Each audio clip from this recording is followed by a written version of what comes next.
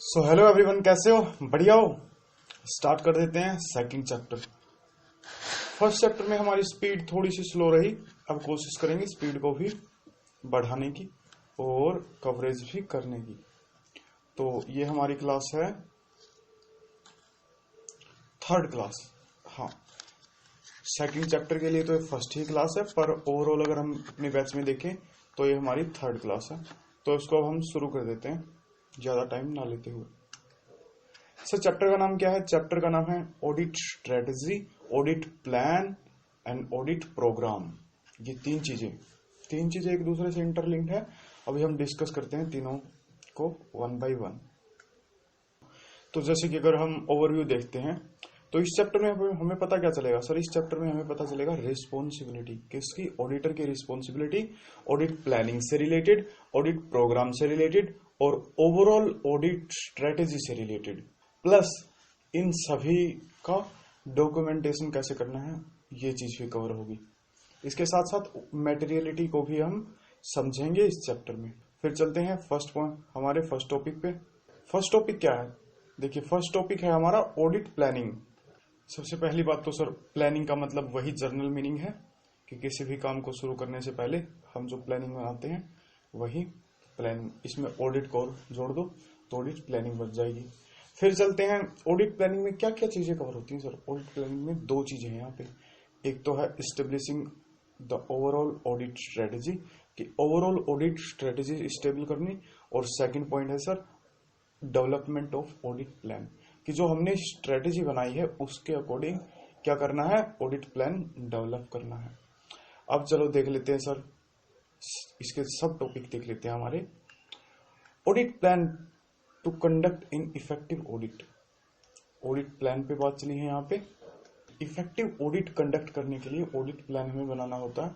उसमें क्या चीजें, किन चीजों पे फोकस करना होगा? तो यहाँ पे हमारे पास चार चीजें तो बेसिकली दे ही रखी हैं कि इन चीजों पे तो आपको फोकस करना ही है।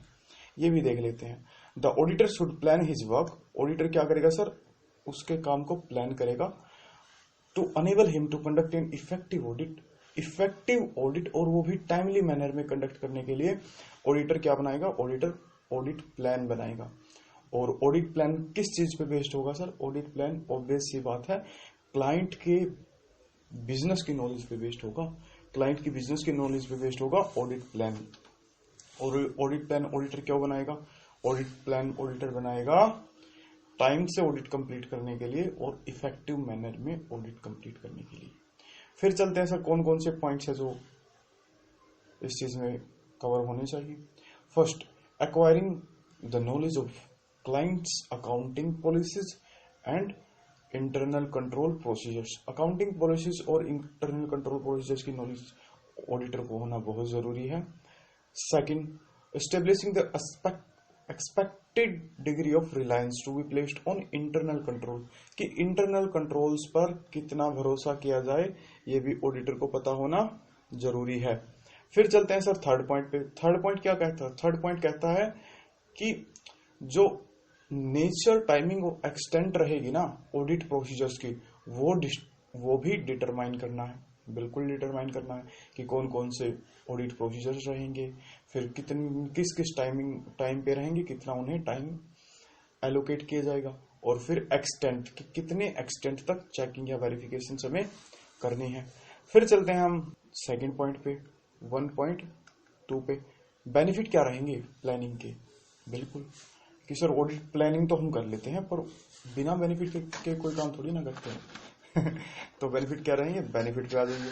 बेनिफिट में देखते हैं first benefit, helping the auditor to devote appropriate attention to important areas. देखो, जो इंपॉर्टेंट एरियाज हैं उन पे अप्रोप्रिएट अटेंशन हम डिवोट कर पाएंगे कब? जब हमारे पास ऑडिट प्लान होगा, हमें पता होगा कि कौन कौन से इंपॉर्टेंट एरियाज हैं, कहाँ पे हाई रिस्क एरियाज हैं। Second, helping the auditor to identify and resolve potential problems। जो भी ऑडिट के ड्यूरेशन में पोटेंशियल प्रॉब्लम्स मिलेंगी उन्हें क्या करना है? टाइमली बेसिस पे हम आइडेंटिफाई कर पाए और अकॉर्डिंगली अपने एक्शन इनिशिएट कर पाए। फिर चलते हैं सर सी पॉइंट पे। सी पॉइंट क्या कहता है? ये ऑडिटर को हेल्प करता है सर प्रॉपरली ऑर्गेनाइज और मैनेज करने के लिए। क्या ऑर्गेनाइज करने के लिए सर?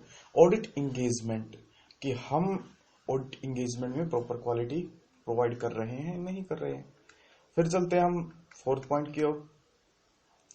फोर्थ पॉइंट क्या कहता है sir?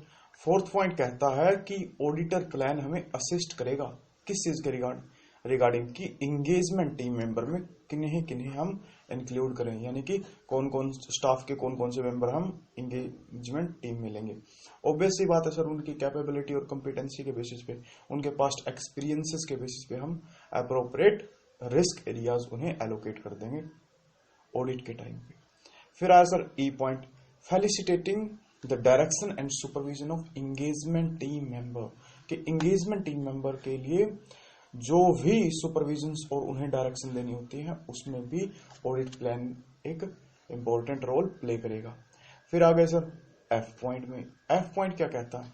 Assisting where applicable in coordination with work done by auditor of component and expert, यानी कि देखो कई चीजों में ऐसा होता है कि हमें ऑडिट एक्सपर्ट की हेल्प लेनी पड़ जाती है, और जहां पे भी ऑडिट एक्सपर्ट की हेल्प लेनी पड़ गई उन केसेस में हमें क्या करना पड़ेगा, उसके साथ कोऑर्डिनेशन कैसे करना, इस चीज में भी असिस्ट करेगा ऑडिट प्लान। अब चलते हैं सर सेकंड पॉइंट पे। सेकंड पॉइंट किस चीज के रिगार्डिंग बात करता है? सेकंड पॉइंट बात करता है सर ऑडिट स्ट्रेटेजी। हाँ, ऑडिट स्ट्रेटेजी के रिगार्डिंग बात करता है। अब इसे देख लेते हैं। हमने एक तो देखा सर ऑडिट प्लान और एक ओवरऑल ऑडिट स्ट्रेटजी। अब ऑडिट प्लान हमने एक बार पढ़ लिया है, अब चलते हैं हम ओवरऑल ऑडिट स्ट्रेटजी में। ओवरऑल ऑडिट स्ट्रेटजी क्या हेल्प करती है सर हमें? बिल्कुल पहले ये देख देते हैं ना कि क्यों, बेनिफिट क्या है सर इसके। ओवरऑल ऑडिट स्ट्रेटजी क्या करती है? ये सेट करती है सर सबसे पहली बात तो स्कोप, कि हमें क्या क्या करना है। फिर टाइमिंग, कि सर उसकी टाइमिंग क्या रहेगी, किस टाइम पे वो करना है, और एक्सटेंट भी कवर होगा सर इसके अंदर, डायरेक्शन ऑफ ऑडिट भी कवर होगी, और जो हम ऑडिट प्लान बनाएंगे ना वो भी ओवरऑल ऑडिट स्ट्रेटेजी पर ही डिपेंड करता है, कि हमारी जो हमारे स्कोप में है उसी के अकॉर्डिंग फिर क्या करते हैं हम ऑडिट प्लान बनाते हैं। फिर ऑडिट प्लान को फर्दर एक्सप्लेन करेंगे तो जो मेथड्स कौन कौन से यूज होंगे, टेस्टिंग का किस किस तरीके से होगी, तो फिर ऑडिट प्रोग्राम बन जाता है ना। अब देखो इस चीज को, overall audit strategy sets the scope, timing and direction of audit and guides to development of more detailed audit plan. ये क्या करती है सर? स्कोप बताती है हमें, overall audit strategy scope set कर देती है, टाइमिंग सेट कर देती है, डायरेक्शन सेट कर देती है और ऑडिट प्लान बनवा देती है। अब चलते हैं सर थोड़ा सा और आगे। अब देखिए, the process of establishing the overall strategy assist the auditor to determine, जो प्रोसेस है ना सर एस्टेब्लिश करने की, किस चीज को, ओवरऑल ऑडिट स्ट्रेटेजी को, तो वो ऑडिटर को असिस्ट करते हैं। किन किन चीजों में असिस्ट करती है? सबसे पहली बात तो sir the resource to deploy for specific audit areas, कि कुछ स्पेसिफिक ऑडिट एरियाज मान लो या हाई रिस्क एरियाज में कौन कौन से रिसोर्स हम डिप्लॉय करेंगे, किन्हें किन्हें हम ऑडिट प्रोसीजर परफॉर्म करने के लिए अपॉइंट करेंगे अपनी टीम में से। तो इसमें हो सकता है कि जो हो सकता नहीं होगा ही ऐसा कि जो मोर एक्सपीरियंस्ड स्टाफ होगा, एंगेजमेंट टीम मेंबर्स होंगे, उन्हें रिस्की एरिया पर डिवोट कर दिया जाएगा, लगा दिया जाएगा। अब चलते हैं सेकंड पॉइंट पे सर। सेकंड पॉइंट कहता है the amount of resource to allocate to specific audit areas. Sir हमें पता चल गया कि कौन से रिसोर्स हमें कहाँ पे डिवोट करने हैं या एलोकेट करने हैं। फिर पता होना चाहिए सर कितने रिसोर्स, यानी कि अगर टीम मेंबर के पॉइंट ऑफ व्यू से देखा जाए कि फिजिकल वेरिफिकेशन में कितने टीम मेंबर हमें भेजने हैं। फर्स्ट में डिसाइड हो गया कौन कौन से, फिर सेकंड में डिसाइड हो गया कितने टीम मेंबर, यानी कि how much. Third point decide करता है sir when the resource are to be deployed, कि कब उन रिसोर्सेज को भेजा जाए। फिजिकल वेरिफिकेशन जब होगी तब भेजा जाए या बाकी केसेस में उनके टाइम पे। यहाँ पे दो चीजें लिखी हुई हैं, या तो इंटरिम ऑडिट स्टेज पे यानी कि ऑडिट के ड्यूरेशन में, या एट की कट ऑफ डेट्स, यानी कि की कट ऑफ डेट्स क्या होती है sir? Year end date cut off date होती है, और अगर क्वार्टरली रिपोर्टिंग है तो की कट ऑफ डेट हो जाएंगी एंडिंग ऑफ क्वार्टर। फिर आ गया sir fourth, how such resource are manage, directed और सुपरवाइज्ड। फोर्थ पॉइंट हमें मैं क्या बताता कि सर जो भी रिसोर्स हमने डिप्लॉय किए हैं उन्हें कैसे तो हम मैनेज करेंगे, कैसे उन्हें डायरेक्ट करेंगे, कैसे उन्हें सुपरवाइज करेंगे। फिर चलते हैं हम थोड़ा सा और आगे। इलस्ट्रेशन फर्स्ट में क्या कहा है कि की रिसोर्सेज जो एम्प्लॉय करने हैं कंडक्ट ऑफ ऑडिट में वो कैसे डिसाइड होंगे। यहाँ पे ये अभी जो करके आए हैं हम 4 के 4 पॉइंट आ जाएंगे, यानी कि विच, फिर सर हाउ मच, फिर आ गया व्हेन और सुपरविजन। फिर चलते हैं हम 2.2। 2.2 टॉपिक क्या कहता है सर? 2.2 कहता है establishment of overall audit strategy. जो हमारी ओवरऑल ऑडिट स्ट्रेटेजी है उसे हम कैसे स्टेबल करेंगे, उसे कैसे हम बनाएंगे, कैसे कंसीडर करेंगे। अब आया फर्स्ट पॉइंट। फर्स्ट पॉइंट क्या कहता है? सबसे पहले तो आइडेंटिफाई करेंगे सर क्या, characteristics of engagement that define it's scope, कि जो एंगेजमेंट हमारी हुई है उसमें स्पेसिफिक पॉइंट्स क्या हैं जो क्या कर रहे हो, हमारे स्कोप को डिटरमाइन कर रहे हो। यानी कि सर ये कौन सी ऑडिट है, जीएसटी ऑडिट है, टैक्स ऑडिट है, फाइनेंशियल ऑडिट है ना, ये सब चीजें डिसाइड करेगा इसका स्कोप। फिर आ गया सर स्कोप में क्या क्या चीजें होती है, कवरेज होती है कि ऑडिट में क्या क्या कवरेज रहेंगी, कितनी नंबर्स ऑफ लोकेशन हम कवर करेंगे किसी बिजनेस की। अब होता क्या है, अगर कोई लार्ज स्केल कंपनी हो तो उसकी काफी सारी ब्रांचेज रहेंगी, हर ब्रांच की अपनी लोकेशन रहेगी, कि हमें सबसे पहले पता चलेगा कि कितना कवरेज करनी है। सेकंड पॉइंट पे सर बिजनेस सेगमेंट कौन कौन से कवर करने हैं। थर्ड में sir the expected use of audit evidence obtained in previous audit, कि हमने जो पुरानी ऑडिट की हैं उन ऑडिट्स में अगर कोई ऐसे एविडेंस मिले हैं उन्हें भी हम यूज कर सकते हैं, नहीं कर सकते। फिर चलते हैं सर बी पॉइंट पे। बी पॉइंट क्या कहता है? Ascertain the reporting objective of the engagement to plan timing of the audit and nature of the communication require. Sir second चीज पे हमें क्या देखना है? सेकंड चीज पे हमें रिपोर्टिंग ऑब्जेक्टिव देखने की, रिपोर्ट हमें कैसे इशू करनी है, क्वार्टरली रिपोर्ट इशू करनी है इंटरनल ऑडिट के केस में, या स्टैट्यूटरी ऑडिट के केस में हमें क्या करनी है, हमें सर्टेन करनी है जो भी उनके रिपोर्टिंग रिक्वायरमेंट है, और जो भी कम्युनिकेशन की रिक्वायरमेंट है हमें वो भी क्या करनी है सर, असरटेन करनी है कि कम्युनिकेशन कैसे होनी चाहिए, कितना ड्यूरेशन पे हमें कम्युनिकेशन करनी है, किनके साथ, मैनेजमेंट या TCWG के साथ। इस पॉइंट में हम देख लेते हैं क्या क्या चीजें लिखी हुई। इस पॉइंट में लिखी हुई है entities time table for reporting, की रिपोर्ट कब कब इशू करनी है सर, इंटरिम रिपोर्ट इशू करनी है या फाइनल स्टेज पे ही एक रिपोर्ट इशू कर देनी है। फिर चलते हैं sir organization of meeting with management, कि मैनेजमेंट के साथ मीटिंग कब कब ऑर्गेनाइज करनी है। डिस्कशन विद मैनेजमेंट आ गया सर थर्ड पॉइंट, और फोर्थ पॉइंट आ गया communication on the status of audit work, कि जो ऑडिट का हम काम कर रहे हैं उसका स्टेटस टाइम टू टाइम यानी कि वीकली बेसिस पे या मंथली बेसिस पे हमें किन्हें इन्फॉर्म करना होता है, हमें इन्फॉर्म करना होता है मैनेजमेंट को। फिर आ गए सर सी पॉइंट पे। सी पॉइंट क्या कहता है? सी पॉइंट कहता है consider the factor that in the auditor's professional judgment are significant in directing the engagement teams effort, कि जो ऑडिटर की प्रोफेशनल जजमेंट में जो भी फैक्टर क्या हो, सिग्निफिकेंट हो, उन्हें भी हम कंसीडर करेंगे, बिल्कुल करेंगे। अब आगे सर डी पॉइंट में। डी पॉइंट क्या कहता है? डी पॉइंट कहता है considering the result of preliminary engagement activities, कि जो प्रिलिमिनरी एंगेजमेंट एक्टिविटीज हुई हैं उनके रिजल्ट से क्या करना है सर, हमें को कंसीडर जरूर करना है। फिर where applicable the knowledge gain on other engagement perform by the engagement partner for the entity is relevant, या कोई ऐसा केस कि जहां पे हमने बाकी ऑडिट असाइनमेंट्स या ऑडिट एंगेजमेंट परफॉर्म करने से कोई नॉलेज गेन की। ऑब्वियस सी बात है सर, एक्सपीरियंस गेन होता है जब हम ऑडिट करते हैं, तो उसे ही हम क्या कर सकते हैं, यूज कर सकते हैं कंसीडर कर सकते हैं। यहाँ पे देखो, अगर इसे एक्सप्लेन करें ना हम तो कुछ चीजें निकल के आते हैं। फर्स्ट आइडेंटिफाई करेंगे सर हम कुछ एरियाज, कौन से एरियाज जहां पे हाई रिस्क एसोसिएट है, जहां पे यानी कि high risk of material misstatement exist करता है या पॉसिबिलिटी है सर एग्जिस्ट करने की। फिर क्या करेंगे sir, result of previous audits, पुरानी ऑडिट्स के रिजल्ट देखेंगे सर कि उनमें क्या कुछ फाइंडिंग थी। अगर हमने की थी तो ऑब्वियस सी बात है डॉक्यूमेंटेशन, ऑडिट डॉक्यूमेंटेशन हमारे पास अवेलेबल होगी, और अगर किसी और ऑडिटर ने की थी तो हम ऑडिट रिपोर्ट देखेंगे सर।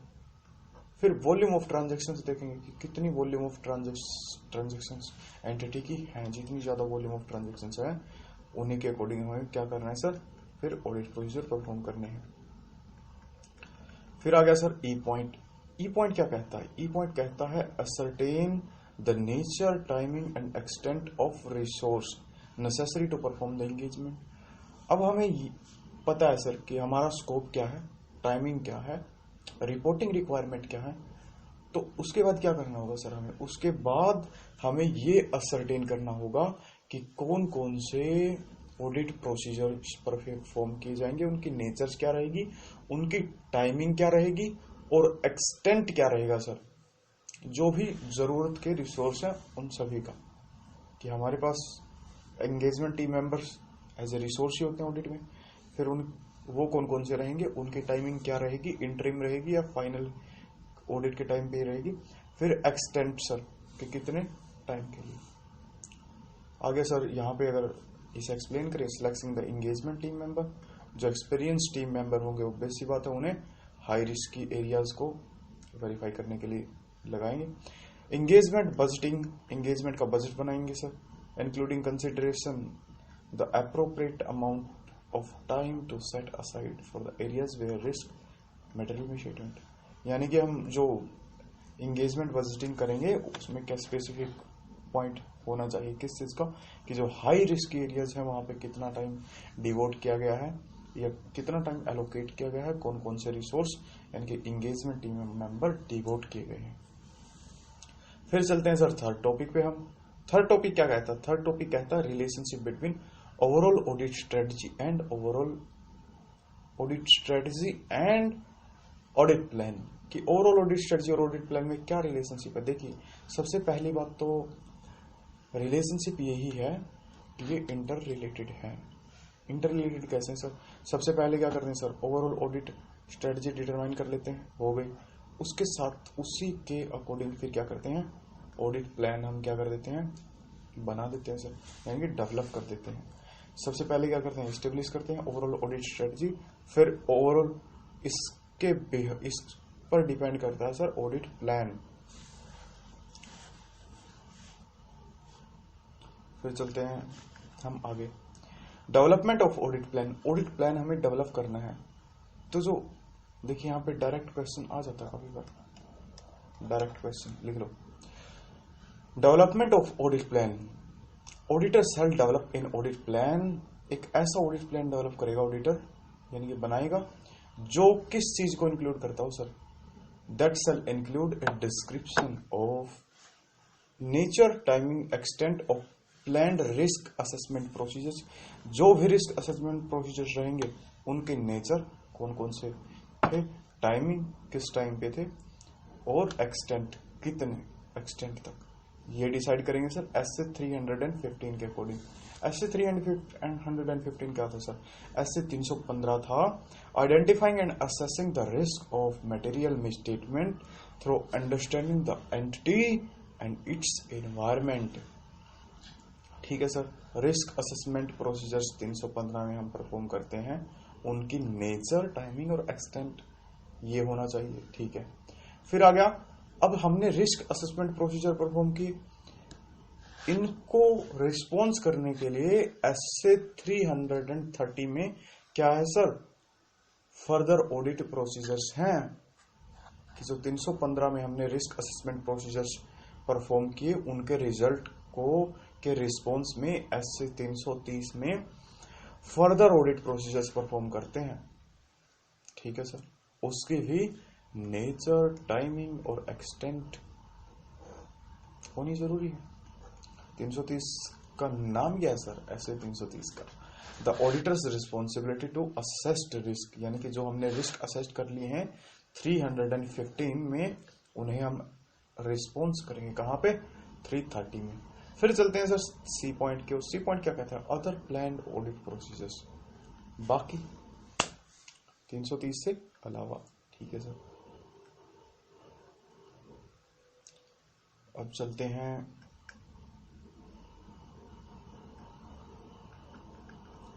4.2 पॉइंट पे आ गए सर हम। 4.2 सॉरी 4.2 पॉइंट पे आ गए हम। यहां पे क्या कहता है? नॉलेज ऑफ क्लाइंट बिजनेस, कि क्लाइंट की बिजनेस की नॉलेज होना बहुत जरूरी है। ऑब्वियस सी बात है सर, अगर ऑडिटर को क्लाइंट के बिजनेस की नॉलेज का ही नहीं पता होगा तो ऑडिट कैसे होगी, है ना?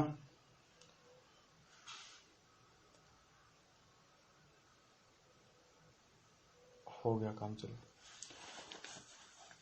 It is one of the important principle in determining an overall audit plan. कि क्या सर?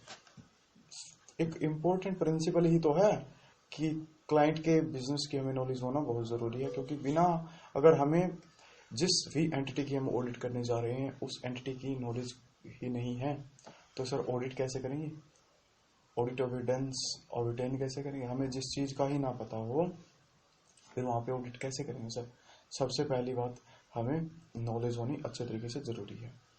फिर चलते हैं ऐसे 315 में क्या कहा गया? 315 में कहा गया आइडेंटिफाई करना है और असेस करना है। क्या sir? Risk of material misstatement through understanding the entity and it's environment. Entity को और उसकी इन्वायरमेंट को अंडरस्टैंड करके हमें रिस्क ऑफ मटेरियल मिसस्टेटमेंट को आइडेंटिफाई करना है, और आइडेंटिफाई करने के लिए करने के बाद उस रिस्क को असेस करना है कि इसका पोटेंशियल इम्पैक्ट कितना है। इसके लिए ऑडिटर को क्या करना पड़ेगा सर? कुछ अंडरस्टैंडिंग ऑब्टेन करनी पड़ेगी। किस चीज की? देखते हैं सर। सबसे पहली बात, relevant industry regulatory and external factors including AFR हमें देखने होंगे कि किस इंडस्ट्री में एंटिटी एग्जिस्ट करती है, फिर उसके रेगुलेटरी रिक्वायरमेंट्स क्या क्या है सर, या रेगुलेटरी फैक्टर्स का प्रेशर क्या है। फिर देखेंगे सर एक्सटर्नल फैक्टर्स देखेंगे। एक्सटर्नल फैक्टर्स में क्या इंक्लूड होगा? एक्सटर्नल फैक्टर्स में इंक्लूड होगा एप्लीकेबल फाइनेंशियल रिपोर्टिंग फ्रेमवर्क, कि अगर AFRF जितने कॉम्प्लेक्स हो गए वहां पे उतनी ज्यादा हमें क्या करनी होगी सर? उतनी ज्यादा ऑडिट प्रोसीजर्स परफॉर्म करने पड़ेंगे।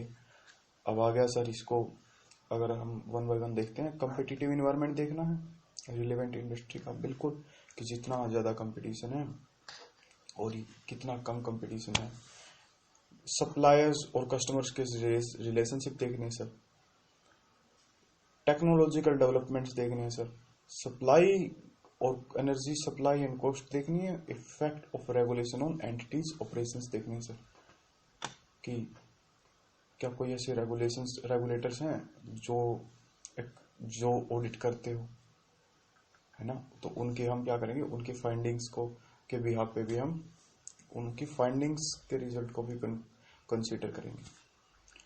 नेचर ऑफ एंटिटी इंक्लूड, कि हमें नेचर ऑफ एंटिटी भी देखना। अब इसमें क्या क्या इंक्लूड होंगे सर? उसका ऑपरेशंस की जो एंटिटीज के ऑपरेशंस क्या क्या है, ओनरशिप स्ट्रक्चर क्या है सर, टाइप ऑफ इन्वेस्टमेंट क्या क्या टाइप ऑफ इन्वेस्टमेंट कर रखी है उन्होंने, और the way that entity structure and how it is financed, कि एंटिटी का जो स्ट्रक्चर क्या है और फाइनेंशियल स्ट्रक्चर क्या है एंटिटी का, ये भी देखेंगे सर।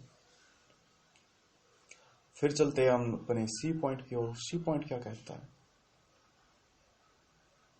सेकंड को अगर एक्सप्लेन करें तो सेकंड को एक्सप्लेन करते टाइम पे ये चीजें देख सकते हैं।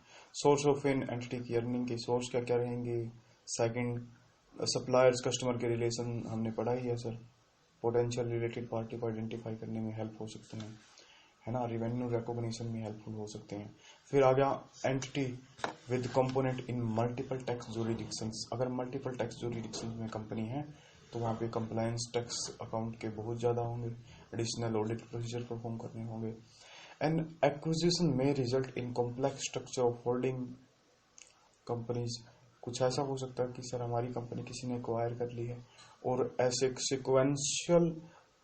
सीक्वेंस बन गया sir, holding subsidiary holding subsidiary holding subsidiary, तो वहां पे रिलेटेड पार्टी ट्रांजेक्शन्स का क्या हो जाएगा सर, रिस्क आ जाएगा, हमें आइडेंटिफाई करनी होगी, है ना। Transaction outside the entities normal course of business, कुछ ऐसे ट्रांजेक्शन्स देखेंगे जो नॉर्मल कोर्स ऑफ बिजनेस से हैं। फिर चलते हैं सर सी पॉइंट की ओर। सी पॉइंट क्या कहता है? सी पॉइंट कहता है कि जो एंटिटी का के अकाउंटिंग पॉलिसीज और उनका सिलेक्शन और एप्लीकेशन को देखना है, ठीक है। फिर चलते हैं, या उनमें अगर कोई चेंज आया तो वो चेंज का रीजन पता करना और उससे देखना कि वो एप्रोप्रिएट है सर्कमस्टांसेस के अकॉर्डिंग या नहीं, है ना। कंसिस्टेंटली अकाउंटिंग पॉलिसीज अप्लाई हो रही हैं या नहीं हो रही, ये भी वेरीफाई देख रहा है। फिर आ गया sir D point. D point क्या कहता है? डी पॉइंट कहता है entities objective and strategies and those related business risk area that may result in risk of material statement, कि हमें आइडेंटिफाई करना है एंटिटी का ऑब्जेक्टिव क्या है, स्ट्रेटजीज क्या है और बिजनेस रिलेटेड रिस्क एरियाज क्या क्या हैं, क्योंकि उनसे क्या हो सकता है, मेटेरियल स्टेटमेंट की पॉसिबिलिटी हो सकती है। एग्जाम्पल देख लेते हैं sir, failure to keep up to date with new product technology और सर्विस। इसका एग्जाम्पल सबसे बड़ा क्या हो सकता है सर, नोकिया अब तो वापिस आ गया है, पर नोकिया ने क्या किया था, टेक्नोलॉजिकल डेवलपमेंट नहीं किए थे, जिसकी वजह से क्या हुआ, वो मार्केट से बाहर हो गया। Excessive reliance on key suppliers पे जरूर से ज्यादा भरोसा हो। अब आ गया lack of personal with expertise to react to change, कि हमारे पास एम्प्लॉइज की एक्सपर्टीज में कमी हो जो चेंज को अर्ली अडोप्टर ना हो।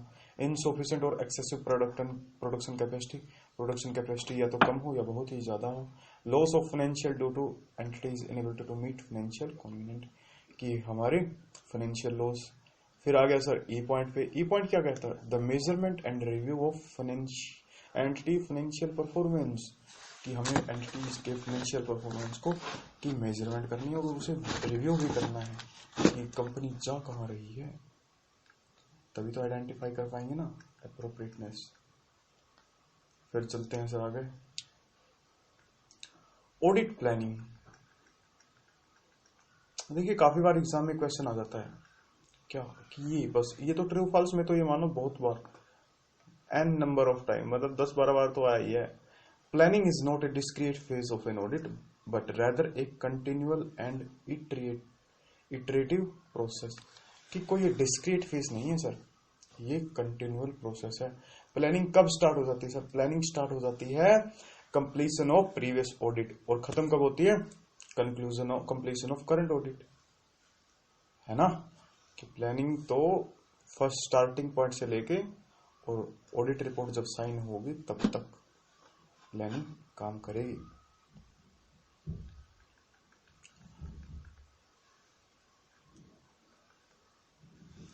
अब चलते हैं, ये पढ़ लेना आप, analytical procedure to be applied on risk assessment procedure, कि आरएपी में कौन कौन से एनालिटिकल प्रोसीजर्स हमें क्या करने, अप्लाई करने। आरएपी कहाँ हुआ था सर, रिस्क असेसमेंट प्रोसीजर हुआ था ऐसे 315 में। फिर क्या, जर्नल अंडरस्टैंडिंग किस चीज की, एंटिटी के रेगुलेटरी फ्रेमवर्क की, है ना। फिर डिटर्मिनेशन ऑफ मेटेरियलिटी, की मेटेरियलिटी डिटरमाइन करेंगे। Involvement of expertise, performance of other risk assessment procedures, ये सब चीजें हैं।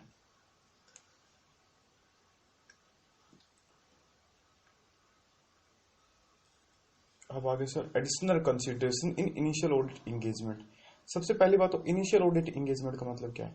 इनिशियल ऑडिट एंगेजमेंट का मतलब है फर्स्ट टाइम हम किसी क्लाइंट से फर्स्ट टाइम क्या कर रहे हैं, ऑडिट एंगेजमेंट ले रहे हैं।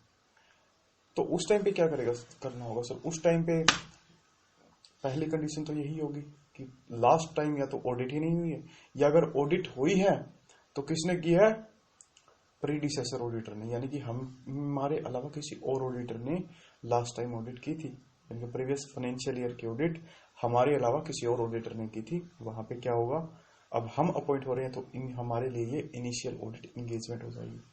ठीक है सर। अब यहाँ पे SA 300 के बारे में बताया गया। SA 300 क्या है? Planning and audit of financial statement, बस इतना सा ही नाम है SA 300 का, planning of an audit of financial statement. अब इसे पढ़ लेते हैं। The auditor shall undertake the following activities prior to start an initial audit. Initial audit start होने से पहले ऑडिटर को कुछ एक्टिविटीज परफॉर्म करनी होती हैं। वो कौन कौन सी हैं सर? फर्स्ट तो है, देखो हम SA 222 में पढ़ के आए थे, क्या? Acceptance of client relationship and specific audit engagement. वहां पे हमने पढ़ा था कंटिन्यू और एक्सेप्टेंस। कंटिन्यू कब करते हैं? अगर हम ऑलरेडी ऑडिटर हैं, अपॉइंट हो चुके हैं, प्रीवियस ईयर हमने ही काम किया तो उस टाइम में कंटिन्यू होता है। और यहाँ पे क्या सर, हम एक्सेप्ट करेंगे क्या? ऑडिट, और ऑडिट एक्सेप्ट करेंगे तो उसके लिए हमें क्या पता होना चाहिए? ये क्लाइंट का रिलेशनशिप पता होना चाहिए। जब एक्सेप्टेंस करनी है तो कुछ फैक्टर्स थे जिनके बिहाफ पे हम इंटीग्रिटी ऑफ मैनेजमेंट एक्सेट्रा की, जिनके बिहाफ पे हम ये चेक करते हैं कि हमें ये ऑडिट एक्सेप्ट करनी चाहिए या नहीं करनी चाहिए। Second, communication with predecessor auditor, कि लास्ट टाइम वाले पुराने ऑडिटर के साथ कम्युनिकेशन करना कि हम क्या कर रहे हैं, ऑडिटर अपॉइंट हो रहे हैं, ये एथिकल कंप्लायंस होते हैं हमारे। अब आ गया sir overall audit strategy and the audit plan, the auditor responsibility. यहाँ पे ये लिख रखा है, साफ सी बात 6 पॉइंट की ये है कि जो ओवरऑल ऑडिट स्ट्रेटेजी और ऑडिट प्लान होगा ना, वो किसकी रिस्पॉन्सिबिलिटी है? ऑडिटर की रिस्पॉन्सिबिलिटी है, ना कि मैनेजमेंट की या दो चार्ज विद गवर्नेंस की। तो ये ही यहाँ लिखा है। ऑडिटर में डिसाइड, सर वो डिसाइड कर सकता है अगर उसके प्रोफेशनल जजमेंट के अकॉर्डिंग यह अप्रोप्रिएट है, डिस्कस कर सकता है कुछ एलिमेंट ऑफ प्लानिंग्स की मैनेजमेंट के साथ, पर मैनेजमेंट को क्या नहीं कर सकता सर? मैनेजमेंट को ये पावर नहीं दे सकता कि वो ऑडिटर के लिए क्या बनाए, प्रॉपर प्लानिंग करे या ओवरऑल स्ट्रेटेजी डिसाइड करे। ठीक है सर, ये रिस्पॉन्सिबिलिटी सिर्फ ऑडिटर की रहेगी, लिख रहा रिमेन द ऑडिटर रिस्पॉन्सिबिलिटी। फिर चलते हैं आगे, चलते हैं। ये क्वेश्चन आ गया, देखो इस क्वेश्चन में क्या हुआ। इस क्वेश्चन में ये हुआ, ऑडिटर ऑफ SKM लिमिटेड ने क्या कर लिया सर, पूछ लिया किनसे? फाइनेंशियल और ऑडिट हेड यानी कि एम्प्लॉइज ऑफ कंपनी से पूछ लिया क्या प्रिपेयर कर दो ऑडिट स्ट्रेटजी कि ऑडिट कैसे कंडक्ट की जाए। ठीक है, यहाँ पे W कौन है? W ऑडिटर है, और W ने क्या किया? इंसिस्ट किया कि तुम एक काम करो, ऑडिट प्रोसीजर भी तुम ही क्या कर दो, तुम ही ड्रॉ कर दो, सब बना दो, तुम ही ऑडिट प्रोसीजर भी तुम बना दो और ऑडिट स्ट्रेटजी भी तुम बना दो। और उसी के अकॉर्डिंग W ने क्या कर दिया, उसी के अकॉर्डिंग फिर ऑडिट परफॉर्म कर दी। पर बाद में W को क्या लगा, W यानी कि ऑडिटर को बाद में ये लगा कि इफेक्टिवनेस थी ना जो, वो कॉम्प्रोमाइज हो गई। और वैसी बात है, कॉम्प्रोमाइज तो होगी ही, क्योंकि कंपनी खुद को क्या करवाना है, खुद की ऑडिट करवानी है सर। जिनके काम को हम वेरीफाई करने जा रहे हैं उन्हें ही हमने ये पावर दे दी कि आप ये डिसाइड करो चेकिंग क्या करनी है। तो ये ऐसा होना नहीं चाहिए। यहाँ पे लिख दिया कि अप्रोच जो W की है वो रॉन्ग है। He should have prepare audit strategy and detailed audit procedure. Auditor को क्या करना चाहिए सर, खुद डिसाइड करना चाहिए। रिस्पॉन्सिबिलिटी ऑडिटर की है तो ऑडिटर ही डिसाइड करेगा। फिर चलते हैं sir, change to planning decision during the course of audit. हाँ, ऐसा हो सकता है काफी बार कि कोर्स ऑफ ऑडिट के ड्यूरेशन में कोई ऐसा इवेंट क्या हुआ सर, अनएक्सपेक्टेड इवेंट, जिसकी वजह से क्या होगा, जिसकी वजह से हमें ऑडिट प्लानिंग में चेंज करना पड़ गया। तो कोई बात नहीं, हम चेंज कर देंगे, इवेंट को रिकॉर्ड करेंगे और अप्रोप्रिएट कंसिडरेशंस को ध्यान में रखते हुए क्या करते हैं, चेंज करते हैं। फिर चलते हैं direction, supervision and review. Direction, supervision और रिव्यू, इसका क्या मतलब है सर? जब ऑडिट एंगेजमेंट हो रही होगी तो वहां पे डायरेक्शन, सुपरविजन और रिव्यू तीनों चीजें का होना बहुत जरूरी है। Auditor self plan, nature timing extent auditor ने प्लान कर दी सर, ठीक है। सुपरविजन और किस चीज का, इंगेजमेंट टीम मेंबर्स का, और रिव्यू करना है सर किस चीज का, वर्क का। एक सेकंड, सिस्टम हैंग हो गया भाई साहब, दोबारा से। डायरेक्शन, सुपरविजन और रिव्यू, 8 पॉइंट हमारे पास डायरेक्शन, सुपरविजन और रिव्यू, इन तीनों चीजों का है। यहाँ पे क्या कहा है कि जो auditor self plan nature timing extent of direction and supervision of engagement team member and review their work, क्या करेगा sir, nature timing extent of direction and supervision of engagement team member and review of their work. Auditor plan करेगा sir, nature timing extent plan करेगा। Supervision किस चीज का supervision होगा sir, engagement team members का supervision होगा, और review होगा सर उनके द्वारा किया गया उस काम का।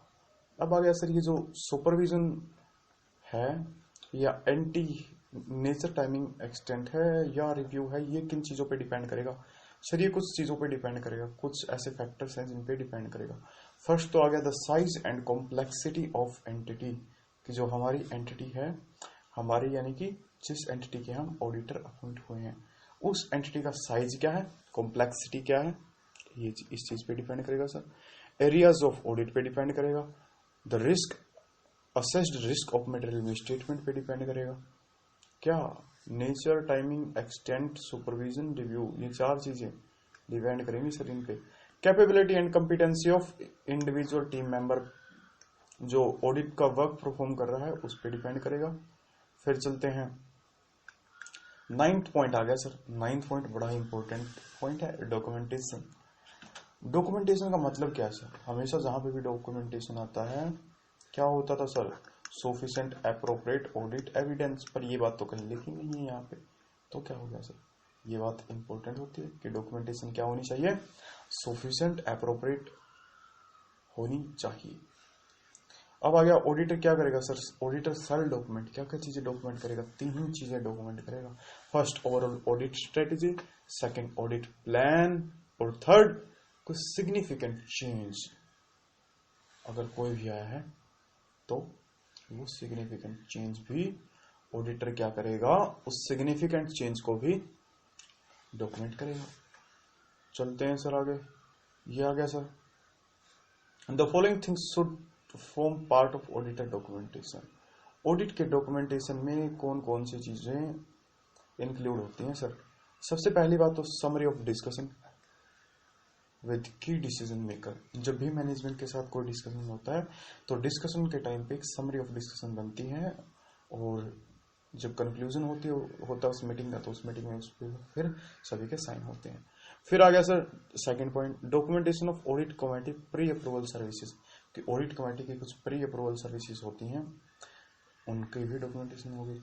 ऑडिट डॉक्यूमेंटेशन एक्सेस लेटर, कि हम ऑडिट डॉक्यूमेंटेशन मेंटेन करने के लिए रिपोर्ट कर रहे हैं, इनके एक्सेस लेटर।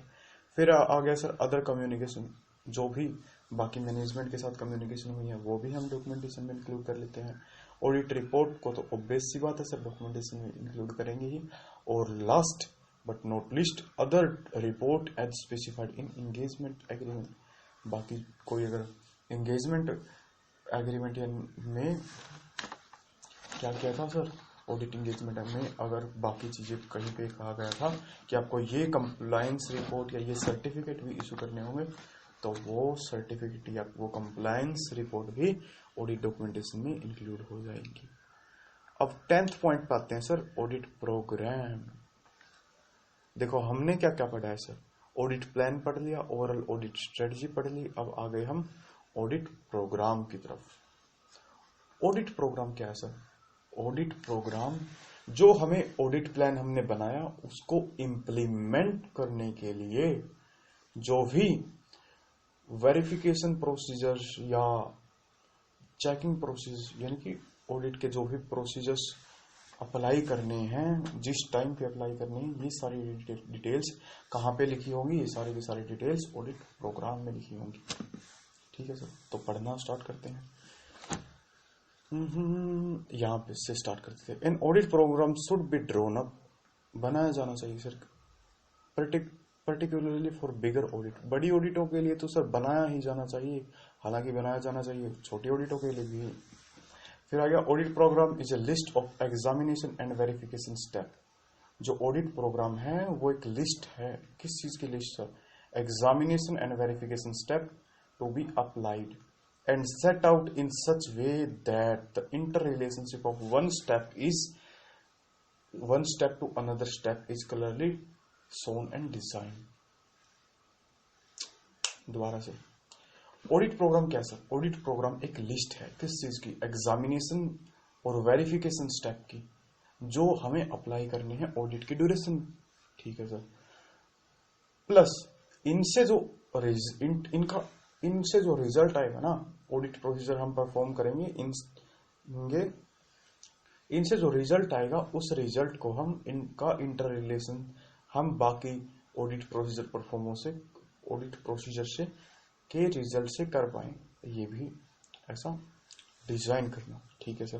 डेफिनेशन देख लेते हैं। An audit program consist of series of verification procedure.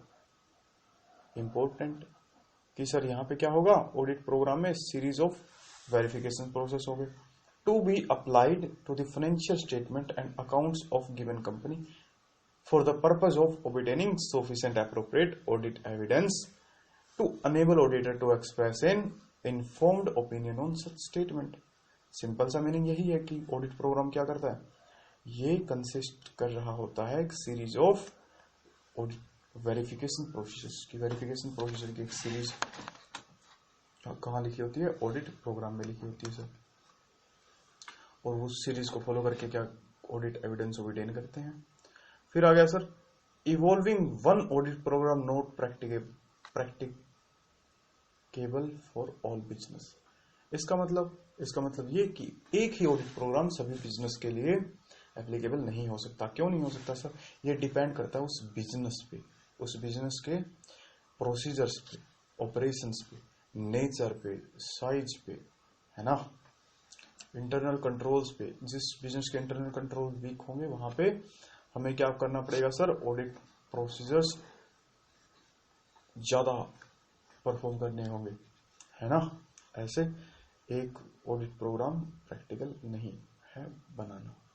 फिर आ गया sir, the assistant engage be encourage to keep an open mind. हाँ, ये बात आपके लिए ही है ये बात आपके लिए ही है कि जो ऑडिट असिस्टेंट रहेंगे वो क्या रहेंगे, वो ऑडिट इंगेजमेंट परफॉर्म करते time keep an open mind, खुला दिमाग रखे यानी कि वो अच्छे तरीके से सोचें।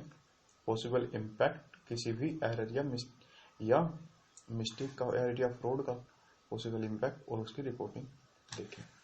Periodic review of the audit program. Audit program की का क्या होना चाहिए सर? पीरियोडिक रिव्यू होना मैंडेटरी है। मैंडेटरी क्यों है सर? जब हमने प्लान किया, प्रोग्राम बनाया, तो पीरियोडिकली उसे रिव्यू करना जरूरी है कि उसमें कोई चेंज की रिक्वायरमेंट तो नहीं, टाइमली सारी की सारी चीजें हो रही है नहीं हो रही। फिर चलते हैं constructing an audit program. Audit program को क्या करना, बनाना। कुछ पॉइंट्स है सर जो हमें कंसीडर करने होते हैं जब भी हम क्या करें, ऑडिट प्रोग्राम बना रहे होते हैं। फर्स्ट पॉइंट है with in the scope and limitation of assignment. देखिए, हर एक असाइनमेंट जो भी हमें मिलता है उसका एक प्रॉपर स्कोप होता है और एक कुछ लिमिटेशंस होती हैं। उन लिमिटेशंस के दायरे में और उस स्कोप के ही दायरे में रहकर हमें क्या करना होता है, ऑडिट प्रोग्राम को बनाना होता है। फिर आ गया sir, determining the evidence reasonably available to identify the best evidence. कि हमें बेस्ट एविडेंस आइडेंटिफाई करने के लिए भी क्या करना होगा, डिटरमाइन करने होंगे कुछ प्रोसीजर्स। थर्ड पॉइंट पे आते हैं, apply only those step and procedure which are useful in completing the verification purpose in specific situation. कि स्पेसिफिक सिचुएशन में जो यूजफुल रहेंगे ना, सिर्फ उन्हीं स्टेप को अप्लाई करना, ऐसे स्टेपों को अप्लाई नहीं करना जिन्हें का हमें पता है जो यूजफुल ना रहेंगे। फिर आ गया sir, consider all possibilities of error. हमें पहले ही कंसीडर कर लेना है कि जो पॉसिबिलिटीज एरर की हो सकती हैं उन सभी को ऑडिट प्रोग्राम बनाने के टाइम पे ही क्या कर लेना है सर, कंसीडर कर लेना है। Coordinating the procedure to be apply to related items. Sir ऐसा कोऑर्डिनेशन भी बनाना है कि उन जिस एक आइटम के रिगार्डिंग हमने कोई ऑडिट प्रोसीजर बनाया ऑडिट प्रोग्राम में, कि उस आइटम से रिलेटेड आइटम पर के साथ उस प्रोसीजर का कैसे कोऑर्डिनेशन होगा। यानी कि एक ऑडिट प्रोसीजर की वजह से दूसरे ऑडिट आइटम्स का काम के ऑडिट प्रोसीजर्स पर कोई नेगेटिव इम्पैक्ट ना आए, कि जो सीक्वेंस में काम होता है उस काम को सीक्वेंस में ही किया जाना चाहिए। ठीक है,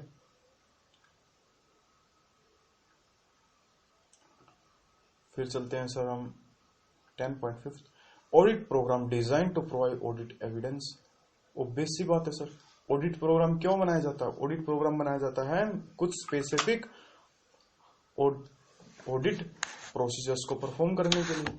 उस ऑडिट प्रोग्राम में स्टेप लिखे हुए होते हैं कि कौन कौन से ऑडिट प्रोसीजर परफॉर्म किए जाएंगे, फिर उसके अकॉर्डिंग ही क्या करते हैं सर, हम उन्हें परफॉर्म करते हैं, उनसे ऑडिट एविडेंस ऑब्टेन करते हैं। अब इसे देख लेते हैं। Audit evidence may be define as information use by the auditor. Audit evidence का क्या मतलब है सर? ऑडिट एविडेंस का मतलब है the information use by the auditor in arriving at the conclusion on which the auditor opinion is based. कि जो information use की है ऑडिटर ने किस चीज में सर, इस कंक्लूजन पे आने के लिए कि ट्रू एंड फेयर है फाइनेंशियल स्टेटमेंट या ना नहीं। जो भी इंफॉर्मेशन यूज किया ऑडिटर ने उसे क्या कहेंगे, ऑडिट एविडेंस कहेंगे। और उस इंफॉर्मेशन को ऑडिटर को क्या करना होता है, रिकॉर्ड करना होता है सर। किस मैनर में, सफिशिएंट और एप्रोप्रिएट होनी चाहिए वो, और उसे हमें फिर रिकॉर्ड करना होता है। Evidence is the very basis for formulation of opinion. बिना किसी एविडेंस के तो सर हम ओपिनियन बना ही नहीं सकते। And audit program is design to provide for that. और ऑडिट प्रोग्राम इसीलिए तो डिजाइन बनाया किया होता है कि वो हमें क्या करे, ऑडिट एविडेंस प्रोवाइड करे by prescribing procedure and techniques. Audit program में क्या कहा था, series of examination and verification step, कि इसमें स्पेसिफिक प्रोसीजर और टेक्निक्स ऑडिट प्रोग्राम में लिखी होंगी। फिर चलते हैं सर, जैसे कि सेल और एविडेंस बाय सेल। कैसे कैसे एविडेंस हो सकती है सर?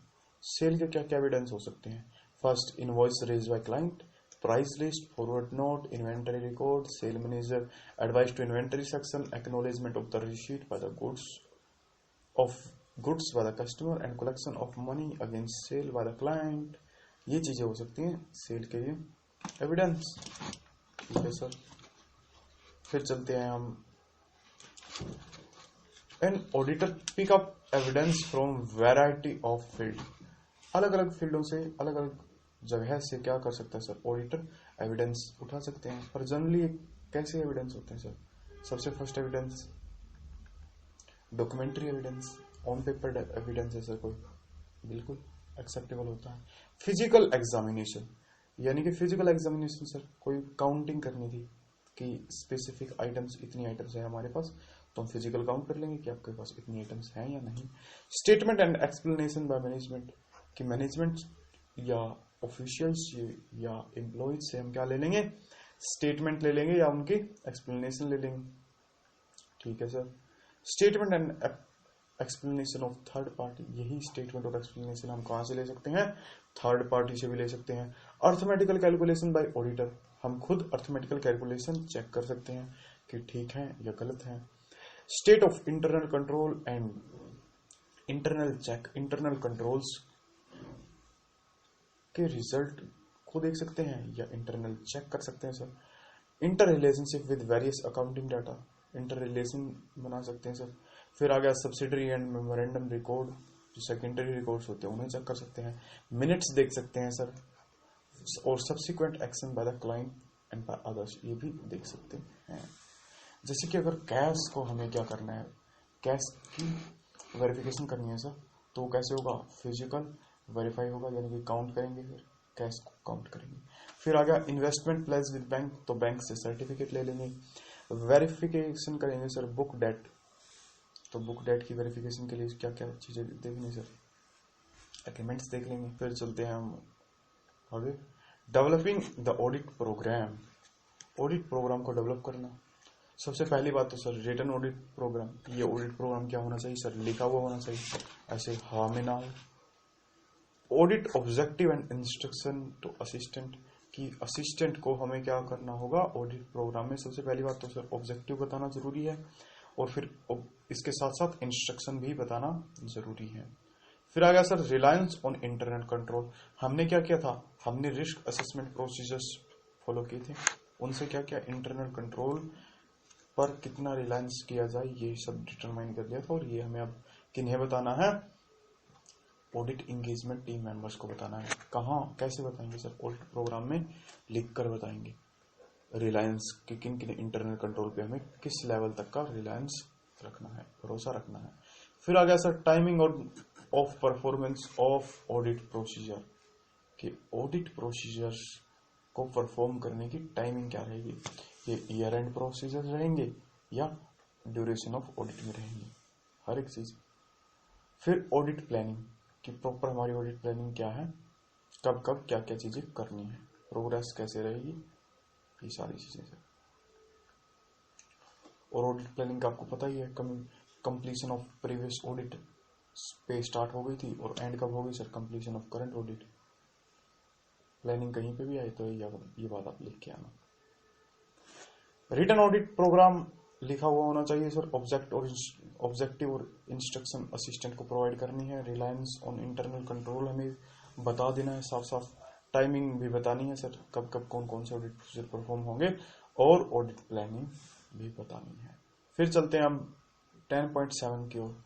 कुछ एडवांटेज भी हैं सर ऑडिट प्रोग्राम के और डिसएडवांटेज भी हैं, तो सबसे पहले हम डिस्कस कर लेते हैं कुछ एडवांटेज। एडवांटेज में क्या sir, first a advantage clear set of instruction, audit program से क्या होता है sir, clear set of instruction मिल जाती है। Second, it is essentially particularly for major audit to provide total perspective of work to be performed, जो काम हमें करना है उसका टोटल प्रोस्पेक्टिव बता देता है। थर्ड पॉइंट पे चलते हैं sir, selection of assistant for the job. Audit program से हमें क्या हेल्प मिलती है, हमें ये हेल्प मिलती है कि कौन कौन से असिस्टेंट इस जॉब को परफॉर्म कर सकते हैं, उनका सिलेक्शन कैसे हो। विदाउट ए रिटन और प्री डिटरमाइंड प्रोग्राम, अगर हम क्या नहीं करेंगे सर, ऑडिट प्रोग्राम को हम लिखा हुआ नहीं बनाएंगे या हम बनाएंगे नहीं, तो उससे क्या होगा, हमें हर एक चीज अपने माइंड के अकॉर्डिंग, मेंटल प्रेशर बहुत रहेगा कि क्या चीजें हमने कर ली और क्या क्या चीजें हमने नहीं की। तो उस सिनेरियो में सर पॉसिबिलिटी होती है कि कुछ चीजें बिना ऑडिट प्रोसीजर परफॉर्म हुए ही छूट जाए। तो इस खतरे को भी पहले ही हम ऑडिट प्रोग्राम के बनाने से एलिमिनेट कर देते हैं। फिर चलते हैं सर ई पॉइंट की ओर। ई पॉइंट क्या कहता है, assistant by putting their signature on program accept the responsibility, कि जो वर्क जिस भी असिस्टेंट ने परफॉर्म किया हो उस वर्क के रिगार्डिंग वो अपनी रिस्पॉन्सिबिलिटी एक्सेप्ट करे। हालांकि ऑडिट के रिगार्डिंग रिस्पॉन्सिबिलिटी तो सिर्फ एक इंगेजमेंट पार्टनर की ही होती है, पर जो वो काम किया है तो हमें ऐसे पता नहीं चलेगा ना अदरवाइज कि कौन सा काम किसने किया है। फिर आ गया sir F point, the principal can control the progress of various audit. Principal इससे क्या कर सकता है सर, ऑडिट प्रोग्राम अगर हमारे पास अवेलेबल है तो हम ये आइडेंटिफाई कर सकते हैं कि कितना, ये असेस कर सकते हैं कि कितना काम हो गया, कितना पेंडिंग है। फिर अगर sir it serve a guide for audit to be carried out in succeeding years. Audit program इस बार का अगर हमारा बेस्ट रहा तो हम नेक्स्ट टाइम भी इस ऑडिट प्रोग्राम में ही मॉडिफिकेशन करके नेक्स्ट ऑडिट प्रोग्राम बना लेंगे सर, कॉपी पेस्ट करके। फिर आ गया सर एच पॉइंट की ओर। एच पॉइंट क्या कहता है, a proper drawn up audit program serve as evidence in the event of any change of negligence being brought against auditor. In case देखो auditor पर ग्रोस नेग्लिजेंस लग गया sir, कि आपने काम ध्यान से नहीं किया, स्टैंडर्ड ऑडिटिंग फॉलो नहीं किए, तो उस केस में ऑडिटर के पास सेफ गार्ड रहेगा कि हमने ऑडिट प्रोग्राम मेंटेन किया था और इस ऑडिट प्रोग्राम के अकॉर्डिंग हमने ये सारे के सारे ऑडिट एविडेंस ऑब्टेन किए थे। फिर चलते हैं सर हम कुछ डिसएडवांटेज की ओर। जैसे कि बहुत सारे एडवांटेज हैं तो बेसिक बात है डिसएडवांटेज भी होंगे ही। डिसएडवांटेज, हाँ ए पॉइंट में डिसएडवांटेज कौन सा कह रहा है सर, ए पॉइंट में कह रहा है कि ऑडिट प्रोग्राम से क्या हो जाता है, मैकेनिकल हो जाता है काम, और पर्टिकुलर पार्ट ऐसे कैरिड आउट होते हैं कि बस इन्हें करना है बिना किसी समझ के। फिर आ गया सर रिजिड और इनफ्लेक्सिबल हो जाता है। ऑडिट प्रोग्राम अगर बना दिया, कोई ऐसे प्रोसीजर फॉलो करना है तो सर फिर करना है ना, ये थोड़ा सा रिजिड बन जाता है। फिर चलते हैं हम थर्ड पॉइंट की ओर। थर्ड पॉइंट क्या कहता है, थर्ड पॉइंट को देख लेते हैं।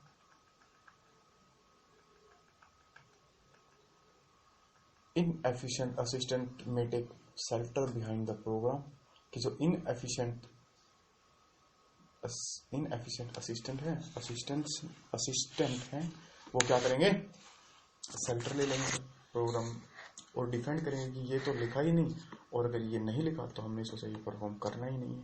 फिर यहाँ पे हमें फटकार लगती है ना, यहाँ पे फटकार किस चीज की लगती है कि अज्यूम्ड रिस्पॉन्सिबिलिटी नाम की भी तो कोई चीज होती है। चलो भटकते नहीं है, डी पॉइंट पे चलते हैं।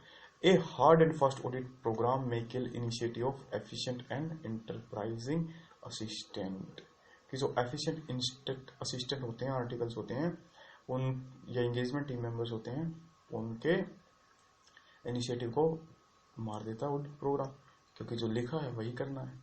ऑडिट क्वालिटी, और 11th पॉइंट पे हम देखते हैं quality control for an audit work, delegation and supervision of audit work. Quality control, देखो हमने क्वालिटी कंट्रोल ऐसे 220 में पढ़ा था कि क्या होता है, क्वालिटी कंट्रोल मेंटेन करना बहुत जरूरी है ऑडिटर को किसी भी ऑडिट एंगेजमेंट में। फिर यहाँ पे आ गया देखो सर कि a lot of work is delegated by the auditor to his assistant. बहुत सारा वर्क, यानी कि अप्रोक्सीमेट सारा का सारा ही वर्क किन्हें डेलीगेट करना होता है सर, डेलीगेट कर देते हैं, असिस्टेंट को डेलीगेट कर देते हैं। The auditor should carefully direct, supervise and review work delegated to the assistant. फिर ऑडिटर क्या करेगा सर, ऑडिटर को ध्यान से क्या क्या करना है, डायरेक्ट करना है, सुपरवाइज करना है और रिव्यू करना है उन असिस्टेंट के ने जो काम किया है उस काम को। The auditor should obtain reasonable assurance obtain करना है कि जो वर्क परफॉर्म किया है ना बाकी ऑडिटरों ने या एक्सपर्ट ने, ऑडिट एक्सपर्ट ने, वो एप्रोप्रिएट है या नहीं, बिल्कुल करना है सर।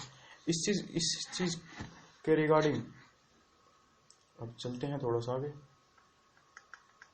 मेन चीज क्या होनी चाहिए सर, ऐसे 220 तो कहता था कि ऑडिट है ना वो कंप्लाई कर रही हो प्रोफेशनल स्टैंडर्ड्स, रेगुलेटरी और अदर लीगल रिक्वायरमेंट के अकॉर्डिंग कंप्लाई कर रही हो, और सेकंड जो रिपोर्ट इशू हो रही है ऑडिट रिपोर्ट वो भी एप्रोप्रिएट है उस सर्कमस्टांसेस में। ये दो चीजें बताते थे। प्लस इन एक चीज और हो गई क्या सर, जो वर्क होता है वो परफॉर्म करते हैं, मैक्सिमम वर्क किन्हें डेलीगेट कर दिया जाता है, असिस्टेंट को डेलीगेट कर दिया जाता है। अब उनके द्वारा जो भी काम किया गया है उसको रिव्यू करना रिस्पॉन्सिबिलिटी किसकी है, ऑडिटर की है, यानी कि एंगेजमेंट पार्टनर की है, और वो उसे फुलफिल करनी पड़ेगी ऐसे 220 के अकॉर्डिंग। फिर चलते हैं सर हम ऑडिट प्लानिंग एंड मैटेरियलिटी पे, एक अच्छा इंपॉर्टेंट टॉपिक है। वैसे इसका स्टैंडर्ड ऑडिटिंग 320 है, ऐसे 320 यानी materiality in planning and performing in audit. Materiality के बारे में डिस्कशन कहाँ होता है, ऐसे 320 में होता है। सर मैटेरियलिटी का मतलब क्या होता है, मैटेरियलिटी का मतलब होता है relatively important items. Material means items are relatively important items.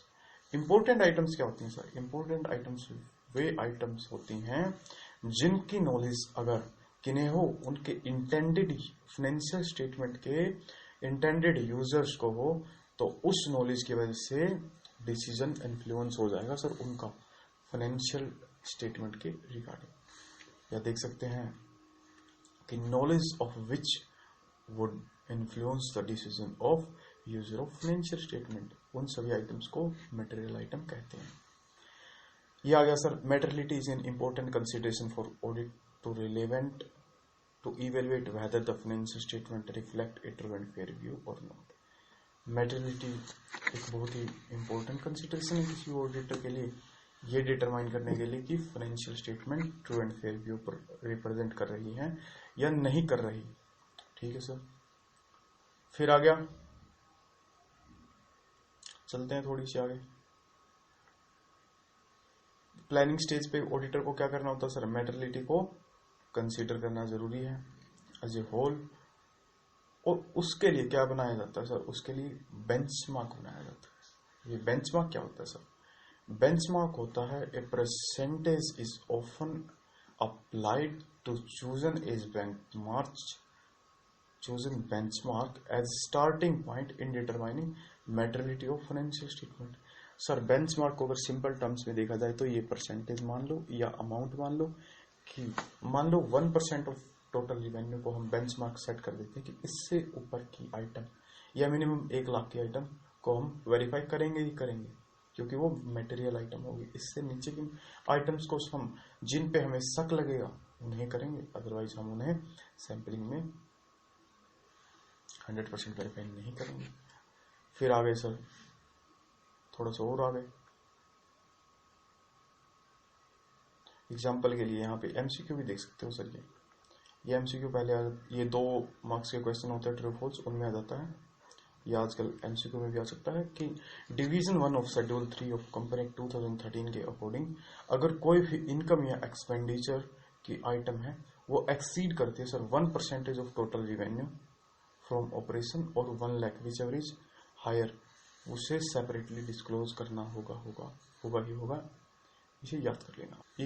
ये बात फिर ये आ गई सर की जो ऑडिटर होता है उसकी प्रोफेशनल जजमेंट पे डिपेंड करता है मैटेरियलिटी लेवल, कि उसके अकॉर्डिंग मैटेरियलिटी लेवल क्या क्या रहे। देखो अब आ गया point number 12.1, determining materiality and performance materiality when planning the audit. यहाँ पे अब 2 चीजें आ गई सर, पहले तो थी मैटेरियलिटी, अब ये परफॉर्मेंस मैटेरियलिटी और आ गई और बेंचमार्क भी आ ही गया, 3 चीजें हो गई। ठीक है, हो गई। देखो मैटेरियलिटी का मतलब क्या था, आप समझ गए, इंपॉर्टेंट आइटम, और परफॉर्मेंस मैटेरियलिटी का मतलब होता है सर मटेरियल आइटम से जस्ट नीचे लोअर लेवल की आइटम, जहां पे अगर सारी की सारी आइटम्स को हम टोटल करें और अनकरेक्टेड स्टेटमेंट और अनकरेक्टेड मिसस्टेटमेंट मटेरियल बन जाए तो उस लेवल को भी हम परफॉर्मेंस, उस लेवल को हम क्या कहते हैं, परफॉर्मेंस मैटेरियलिटी कहते हैं। देखिए मैटेरियलिटी ये मान लो हमने ये कहा था कि या तो 1% हो या 1 लाख हो, ये तो हो गया। यहाँ पे बेंचमार्क सेट कर दिया था सर, क्या बेंचमार्क सेट किया था कि या तो 1 लाख रुपए मिनिमम अमाउंट हो या 1% विच एवर इज हायर, है ना। अब इस चीज को बेंचमार्क तो बना दिया ये सर 1% या 1 लाख रुपए, पर 1% से भी कम है और 1 लाख से भी कम है, यानी कि ये मान लो 90,000 के आसपास की हैं, बहुत सारी आइटम्स हैं जिनमें एरर्स मिल गई, तो इसे हम परफॉर्मेंस मैटेरियलिटी कहते हैं। ये हमेशा मैटेरियलिटी लेवल से नीचे होती है। ठीक है sir. When establishing overall audit strategy the auditor shall determine materiality for the financial statement as whole. Sir overall financial statement के बिहाफ पर हम मैटेरियलिटी डिसाइड कर देते हैं। ठीक है सर।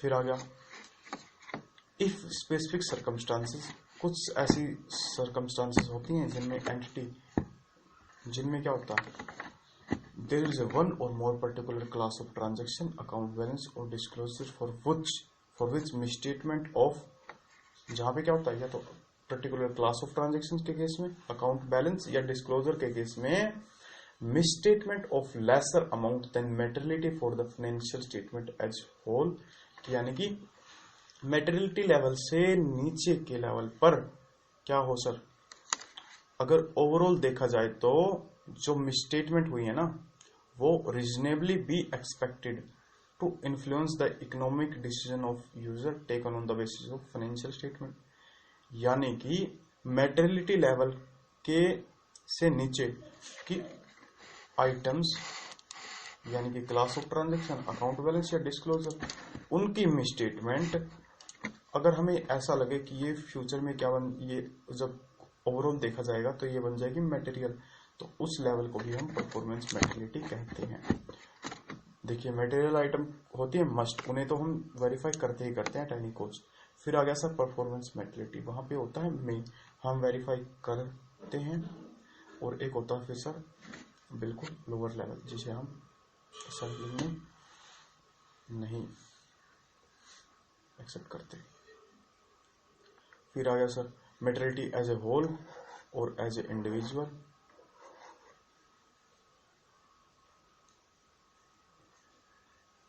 परफॉर्मेंस मेटेरियलिटी ये रहा, इसको यहाँ पे इसकी डेफिनेशन पढ़ लेते हैं। Performance materiality means the amount or amount set by auditor, auditor के द्वारा क्या किया गया सर, एक अमाउंट या कई सारे अमाउंट इस पे अलग अलग ट्रांजेक्शन, अलग अलग क्लास ऑफ ट्रांजेक्शन के लिए सेट किए गए हैं।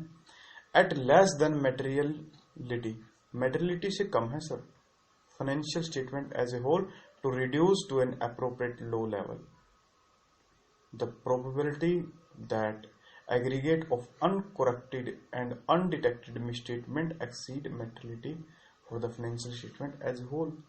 सर इसका मतलब ये कि कोई अमाउंट या कोई परसेंटेज डिसाइड की गई है किससे, मेटेरियलिटी से तो नीचे, ठीक है सर। इस एरिया में किस चीज के लिए कि जो अनकोरेक्टेड यानी कि जो करेक्ट नहीं की गई है मिस्टेक जो आइडेंटिफाई कर ली है, या अनडिटेक्टेड मिस्टेक कि जिन्हें मिस्टेकों को हम ढूंढ ही नहीं पाए, उन के को जब जोड़ देते हैं ऐसी पॉसिबिलिटी बनती है कि वो भी मटेरियल ना बने, ठीक है सर। फिर आ गया benchmark, use the benchmark in determining materiality of the financial statement. Determine materiality involve exercise of professional judgement, professional judgement के अकॉर्डिंग ही तो मेटेरियलिटी हम डिटरमाइन करते हैं कि ये लेवल इस एंटिटी के लिए या इस क्लास ऑफ ट्रांजैक्शन के लिए, अकाउंट बैलेंस के लिए या फिर इस डिस्क्लोजर के लिए ये लेवल क्या रहेगा, मटेरियल रहेगा। फिर आ गया sir a percentage is often applied to chosen benchmark as starting point in determining materiality, कि मटेरियलिटी को जब यहां से हम स्टार्ट करते हैं कि ये यहां से ऊपर की चीजें मटेरियल है, तो उस पॉइंट को क्या कहते हैं, बेंचमार्क कहते हैं। अब सर बेंचमार्क को कुछ फैक्टर्स होते हैं जो अफेक्ट कर देते हैं, वो क्या क्या है, एलिमेंट ऑफ फाइनेंशियल स्टेटमेंट यानी कि asset, liability, equity, revenue, expense, ये सारे के सारे एलिमेंट्स होते हैं फाइनेंशियल स्टेटमेंट के। इनकी वजह से बेंचमार्क अफेक्ट हो जाता है, यानी कि एसेट के लिए अलग बेंचमार्क सेट करते हैं, लायबिलिटी के लिए अलग, एक्सपेंस के लिए अलग और इनकम के लिए अलग। फिर आ गया सर अटेंशन ऑफ यूजर, कि कुछ ऐसी आइटम जहां पे अटेंशन ऑफ यूजर ज्यादा होती है, वो आइटम्स कौन से है सर, जैसे कि प्रॉफिट हो गया, प्रॉफिट है ना। फिर चलते हैं sir the entities ownership structure, entity का ओनरशिप स्ट्रक्चर और and the way it is financed. वहां पे क्या देखेंगे सर, वहां पे ये चीजें देखेंगे कि एंटिटी की अर्निंग कितनी है, और रिलेटिव वॉलेटिलिटी ऑफ बेंचमार्क, कि बेंचमार्क में फ्लक्चुएशंस कितनी है, ये भी तो डिसाइड करता है ना बेंचमार्क को। फिर आ गया सर यही आ गया कि प्रॉफिट ओरिएंटेड के लिए अर्निंग बेस देखते हैं सर, रिवेन्यू के लिए बेंचमार्क क्या ले सकते हैं, रिवेन्यू या ऑपरेटिंग एक्सपेंस के लिए एक्टिविटी बेस्ड ले सकते हैं, इक्विटी एसेट के लिए कैपिटल बेस्ड बेंचमार्क ले सकते हैं, है ना। फिर चलते हैं sir chosen benchmark relevant financial data, ये सब बेसिक सी चीजें हैं, हो जाएंगी। अब आ गया सर प्रोफेशनल जजमेंट पे डिपेंड करता है बेंचमार्क, सिंपल सी बात है, आपको पता ही है। मेटेरियलिटी लेवल और level for particular class of transaction, account balance or disclosure. कुछ फैक्टर्स हैं सर, क्या factors, that may indicate the existence of one or more particular of, कि जो क्या कहते हैं, इंडिकेट करते हैं sir existence of misstatement of lesser amount than materiality for financial statement as a whole could reasonably be expected to influence the decisions of intended user of financial statement। तो sir इन्हें ये कौन कौन से factor हैं जो performance materiality को क्या करते हैं, परफॉर्मेंस मेटेरियलिटी को इन्फ्लुएंस करते हैं, परफॉर्मेंस मैटेरियलिटी किस लेवल तक की रखी जाए उसे को डिटरमाइन करते हैं। ये आ गया सर, एक तो वेदर लो रेगुलेशन आ गए, लो रेगुलेशन आ गए, AFRF आ गया, की डिसीजंस रिलेशन टू इंडस्ट्री आ गए sir, attention is focused on particular aspect, same ऊपर वाले पॉइंट यहाँ पे लिख सकते हो, कोई दिक्कत नहीं है sir. Revision in materiality level as the audit progress, हो सकता है सर मैटेरियलिटी लेवल को हम रिवाइज करें। एक सिंपल सी बात है सर, मैटेरियलिटी को जितनी ना कम करेंगे सर उतने ऑडिट प्रोसीजर हमें क्या करने होंगे, ज़्यादा परफॉर्म करने होंगे, उतनी ज़्यादा ट्रांजेक्शन कहाँ आ जाएंगी, हमारे चेकिंग के दायरे में आ जाएंगी।